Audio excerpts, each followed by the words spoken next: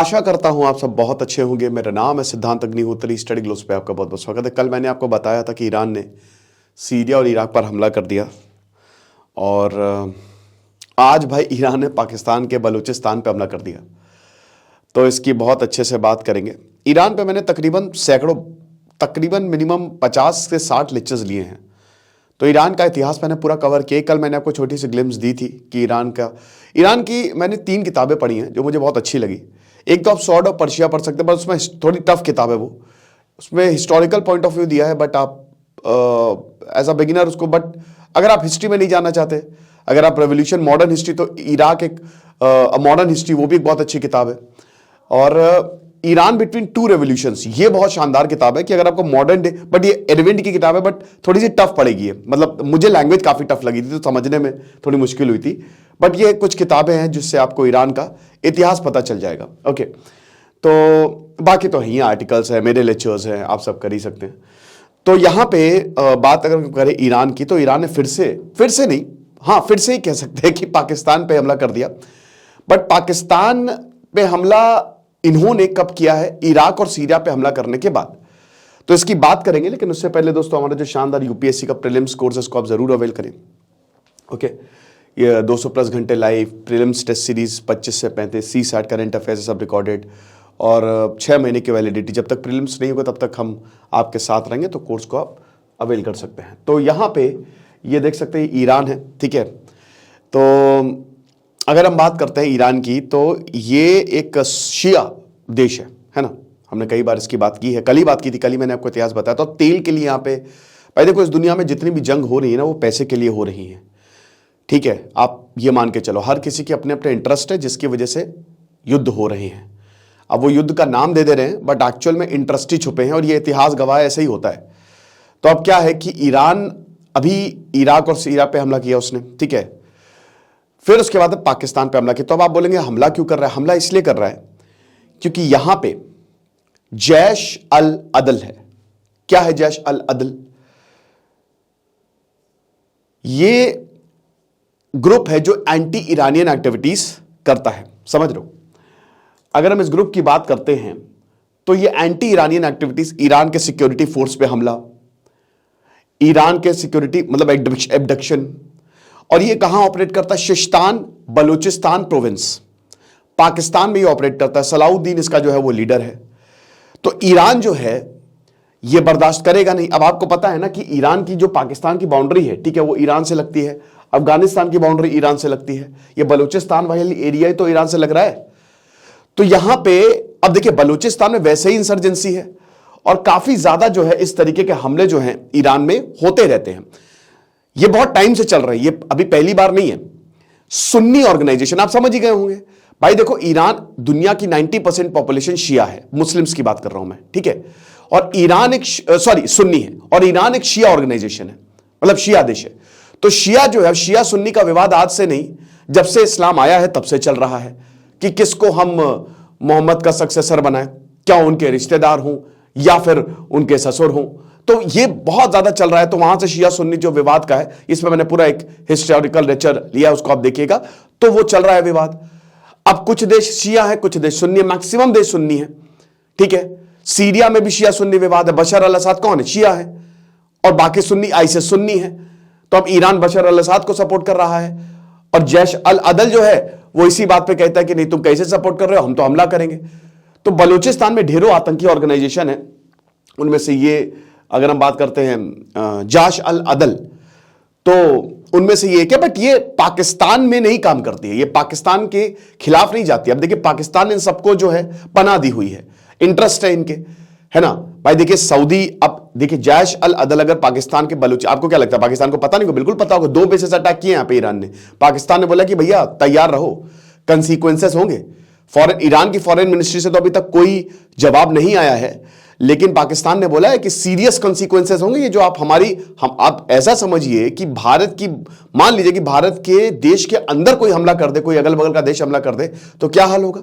तो पाकिस्तान ने यही बोला है कि पहली बात तो आपने हमारे जो एयर स्पेस है उसको वायलेट किया है।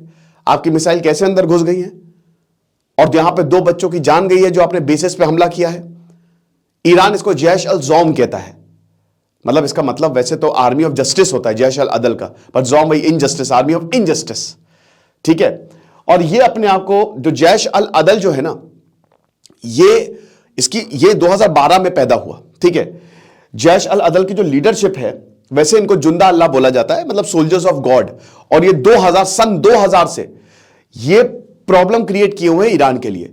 लेकिन 2008 में जो इसका रिगी, जो इसका लीडर मरा, ठीक है, वहां से फिर प्रॉब्लम बहुत ज्यादा शुरू हो गई। दुबई से कजाकिस्तान जा रहा था, बीच में उड़ा दिया ईरान ने। और उसके बाद फिर एक ऑफशूट ब्रांच 2012 में जैश अल अदल का उदय हुआ। और जैसा कि हमने बताया कि जितनी भी ईरान में प्रॉब्लम हो रही है, जितनी क्या मतलब, जैसे बहुत सारे ईरान में भी एंटी ईरानियन ग्रुप्स काम कर रहे हैं, तो ये जैश अल अदल उसका जिम्मेदार है। तो अभी ईरान ने एकदम मान ही लिया है कि अब देखो कुछ भी हो जाए, ऐसी की तैसी तो करनी है। और आपको पता है कि मिडिल ईस्ट में लीडरशिप के लिए हमेशा वर्चस्व बना रहता है। अभी फिलहाल सऊदी अरब लीडर है, लेकिन ईरान कहता है भाई हम लीडर हैं, है ना, तुम्हारे पास एरिया ज्यादा है, मक्का मदीना से थोड़ी ना कुछ होता है, हम हैं लीडर, असली लीडर हम हैं, और 2000 साल से हम लीडर हैं। तो पहली बात तो लीडरशिप हमको दो, लेकिन ऐसा हो नहीं रहा है, क्योंकि सऊदी को अमेरिका सपोर्ट करे। कई बार मैं आपको बता चुका हूं, अमेरिका का जबरदस्त सपोर्ट है सऊदी को। और इधर इजराइल के पास है न्यूक्लियर बॉम्ब, इसीलिए ईरान न्यूक्लियर बॉम्ब बना रहा है।